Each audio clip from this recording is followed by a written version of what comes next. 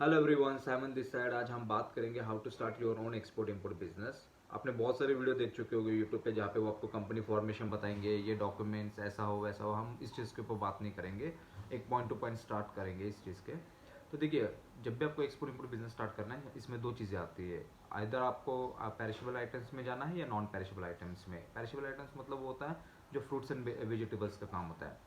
Majority time हम जो perishable items का काम करते हैं वो नेबरिंग कंट्रीज़ में करते हैं, जहाँ पे 5% कमीशन होता है, 5% वैट होता है, वहाँ के एक्सपेंसेस होते हैं। और ये करने के बाद मेजोरिटी टाइम आपको लॉस ही मिलेगा, क्योंकि ये all about demand and supply के ऊपर बेस करता है। दूसरी बात ये है कि आप वहाँ पे भेजते हो तो 5% कमीशन लगता है, 5% वैट लगता है, वहाँ के जितने भी चार्जेस वगैरह करोगे और हिडन चार्जेस भी वहाँ पे। और सबसे ज़्यादा स्कैम आपको दुबई में ही मिलेगा। दूसरा है, अगर आपको ये चीज़ नहीं करना है, आपको फिक्स डील चाहिए, तो फिर आप अदर कम्युनिटीज़ में आइए। ये आपका कुछ भी हो सकता है, लाइक आपका स्पाइसेस हो सकता है, आपके गारमेंट्स हो सकता है, आपका हैंडीक्राफ्ट प्रोडक्ट हो सकता है, कुछ भी हो जो पेरिशेबल आइटम्स के अलावा कुछ भी प्रोडक्ट होगा, आपको वहाँ पे फिक्स डील मिलेगी। नॉन पेरिशेबल में क्या होता है कि आपको टाइम लग सकता है बाहर ढूंढने में, लाइक 1 से 3 महीने लग सकता है आपको। डिपेंड है कि आप कितना वर्क कर रहे हो उस चीज़ के ऊपर। बट आपको फिक्स बाहर मिलेगा, और ऐसा प्रोडक्ट देखिए कि जहाँ पे आपको रिपीट ऑर्डर्स मिले। राइट। तो दो चीज़ें समझ आ गई, आपको पेरिशेबल में एंटर करना है या तो नॉन पेरिशेबल में वो करना है। इसके बाद आप पहले तो ये समझ लो कि इंडिया का जो वर्ल्ड ट्रेड शेयर है ना, जैसे चाइना का आप देखोगे तो चाइना का आज के हिसाब से 15% के हिसाब से चल रहा है, यूएसए का चल रहा है 8.5%। और इंडिया का आज लाइक 1947 में हमारा 2% शेयर था पूरे वर्ल्ड में। 1947 से लेके आज तक भी हमारा आज, अब अभी तो करंट सिचुएशन में तो और भी खराब हुआ है, अपना तो 1.71 चल रहा है अभी। आप ये समझिए कि हमारा ट्रेड शेयर कम हो रहा है।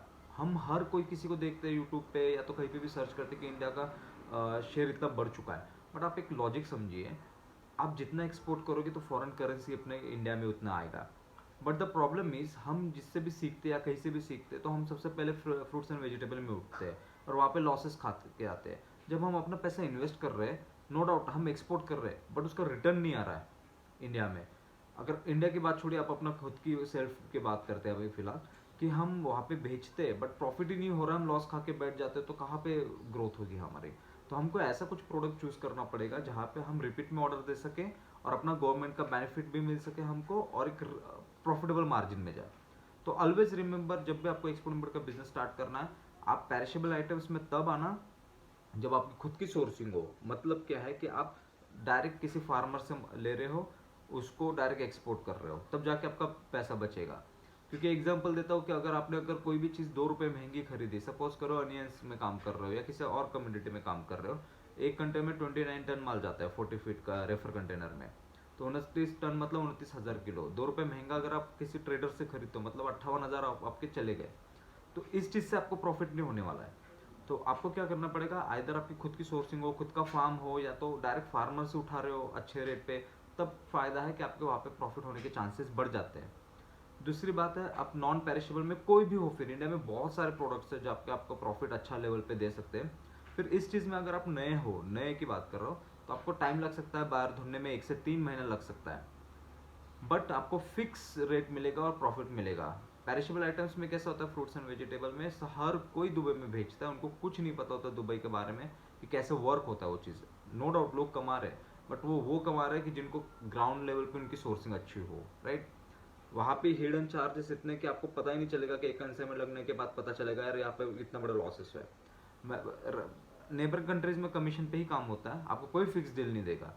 इससे अलावा आप यूके का मार्केट देखिए, वहाँ पे बाई फ्लाइट जाएगा, आपको इन्वेस्टमेंट भी स्मॉल लगेगा, पेरिशेबल आइटम्स की भी बात कर रहा हूँ मैं। और वहाँ पे आपको फिक्स डील मिलने के चांसेस बहुत हायर चांसेस इन यूके में। नॉन पेरिशेबल का आप कोई भी प्रोडक्ट चूज कर सकते हो। तो ये दो कैटेगरी हो गया कि आपको कौन से इसमें एंटर करना है। फिर जब भी आपको एक्सपोर्ट इंपोर्ट का बिजनेस स्टार्ट करना है, तो आपको सबसे पहले ये देखना पड़ेगा 3-4 चीज़ें, कि आप कब कौन सा प्रोडक्ट है, उसके बाद कौन से प्लेस से ले रहे हो, या कौन सा डेस्टिनेशन कंट्री आपका, उसका टोटल इन्वेस्टमेंट कितना लगेगा, और गवर्नमेंट बेनिफिट के हिसाब से हम एक्सपोर्ट इंपोर्ट के ऊपर प्रोडक्ट चूज करते हैं। अभी प्रोडक्ट की बात करते हैं, तो डिपेंड करता है कि आप कौन से एरिया से बिलोंग करते हो। राइट। अगर आप महाराष्ट्र में, तो आप बहुत सारे प्रोडक्ट्स हैं आपको महाराष्ट्र से। नॉर्थ से है तो आपको उस हिसाब से मिलेगा, जैसे अभी नॉर्थ में अगर आप उस साइड पे जाओगे, शिमला हो गया, हिमाचल हो गया आपका पूरा, एप्पल्स की सोर्सिंग अच्छी है, ड्राई फ्रूट्स की अच्छी है कश्मीर से भी आपको। ठीक है। महाराष्ट्र में आएगा तो पोमोग्रेनेट हो गया, ओनियन हो गया, मिक्स फ्रूट्स वेजिटेबल हो गया, या तो आपको स्पाइसेस करना है तो साउथ में जाइए आप। तो आप डिपेंड करता है, या तो बंगाल बंगाल साइड से तो आपका वहाँ पे पान का कल्टीवेशन बहुत अच्छा होता है। तो टोटली डिपेंड करता है कि आप किस एरिया से बिलोंग करते हो। अगर आप उस एरिया में नहीं भी हो तो आपका जो नेटिव प्लेस होगा वहाँ से सोर्सिंग कैसे कर सकते हो। तो टोटली डिपेंड ऑन प्रोडक्ट, और वहाँ से पोर्ट तक पहुँचाने के लिए कितना खर्चा आता है वो इम्पोर्टेंट है कि वहाँ से कॉस्ट कटिंग बचे आपकी। उसके बाद अवेलेबिलिटी ऑफ प्रोडक्ट, कि आप कितने टाइम तक उसको अवेलेबल कर सकते हो, और टोटल उसका कॉस्ट कितना है, परचेजिंग कॉस्ट उसका प्रोडक्ट का। सेकंड चीज आती है कि इन्वेस्टमेंट कितना लगेगा एक्सपोर्ट इंपोर्ट में। देखिए ये टोटली डिपेंड करता है आप कौन से प्रोडक्ट में एंटर करना चाहते हो। अनियन का कंटेनर बनाओगे तो 5 से 7 लाख के बीच में जाएगा। मिक्स फ्रूट्स वेजिटेबल के 8 से 12 लाख के आसपास। राइस का भी 10 से 15 लाख के बीच में जाता है, बासमती राइस का वगैरह। तो डिपेंड करता है कि आप कौन से प्रोडक्ट में एंटर करने वाले हो। और मैं इनिशियली आपको ये बताऊंगा, if you are totally newcomers तो आपको इन्वेस्टमेंट लगाने की जरूरत नहीं है। आप सीखो किसी से और उनके साथ काम कीजिए सीखने के बाद कि सर मुझे ये चीज़ करना है और ऐसे ऐसे इस चीज़ के ऊपर वर्कआउट करना है, तो आपको थोड़ा आइडिया आ जाएगा। रादर देन लॉस खाने से अच्छा बढ़िया है किसी के साथ करो, छोटा इन्वेस्टमेंट लगाओ, या तो खुद ही करो, छोटे इन्वेस्टमेंट के साथ स्टार्ट करो और उसको फिर ग्रैब करो वो चीज़ें कि हाँ उसको फिर उसके बाद बढ़ाने की, ऐसे उसके ऊपर सोचो। एक कंटेंट के ऊपर काम मत करना इनिशियल लेवल पे, पहले सीखो चीज़ें, सीखने के बाद छोटा इन्वेस्टमेंट से काम स्टार्ट करो। अब एक चीज़ ये है कि आपको इन्वेस्टमेंट कितना लगेगा टोटली डिपेंड है आपके प्रोडक्ट के ऊपर। कोई भी बैंक न्यू कमर्स को डायरेक्ट इन्वेस्टमेंट लोन देगा नहीं एक्सपोर्ट पे, कि आप सोच रहे हो कि मुझे डायरेक्ट एक्सपोर्ट पे लोन मिलेगा।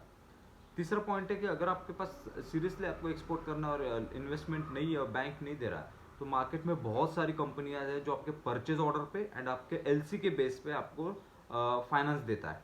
उनका रेट ऑफ इंटरेस्ट भी कम होता है, और वो सर्टेन अमाउंट है। इसके ऊपर कुछ एक नया वीडियो बनाऊंगा कि कैसे आप लोन ले सकते हो, कि मार्केट में कौन कौन सी एजेंसीज है और कौन कौन सी कंपनीज है जो आपको लोन देती है परचेज ऑर्डर पे और एलसी के ऊपर। इसके ऊपर अलग वो बात करेंगे।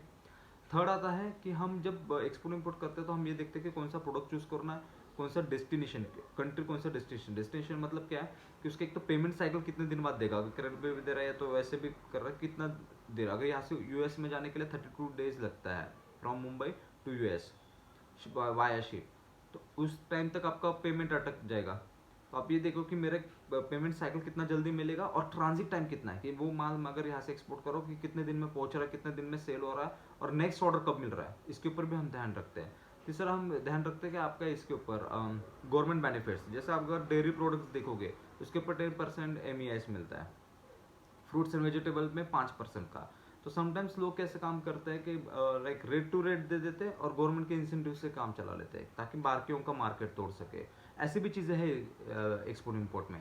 तो आपको ये देखना है कि कौन सा प्लेस चूज करना है फॉर एक्सपोर्ट, मतलब डेस्टिनेशन कंट्री, कौन सा प्रोडक्ट चूज करना है, आपको कौन से कितने इन्वेस्टमेंट लगेगा, और आपको गवर्नमेंट बेनिफिट्स क्या क्या है इस चीज़ के ऊपर। इस चीज़ के ऊपर वर्केबल करने के ऊपर फिर आपका unique product selection is very important. और बाहर कैसे आइडेंटिफाई करना है ये बहुत ही अलग कॉन्सेप्ट है। आपको जितने भी यूट्यूब पे दिखता है उससे बहुत कम चांसेस आपको बायर मिलने के। और मेरा एक सेशन चलता है जहाँ पे मैं हाउ टू फाइंड बायर्स सिखाता हूँ। अगर कोई इंटरेस्टेड है आप मुझे प्लीज़ कॉल कीजिए तो हम इसके ऊपर और डिस्कस कर सके। और एक्सपोर्ट इंपोर्ट के बारे में कुछ भी जानना है, you can just give me a call, मेरा नंबर डिस्क्रिप्शन में है। एंड आई होप आपको कुछ थोड़ा सा समझ आया होगा। And thanks for watching this video and stay happy. Thank you so much for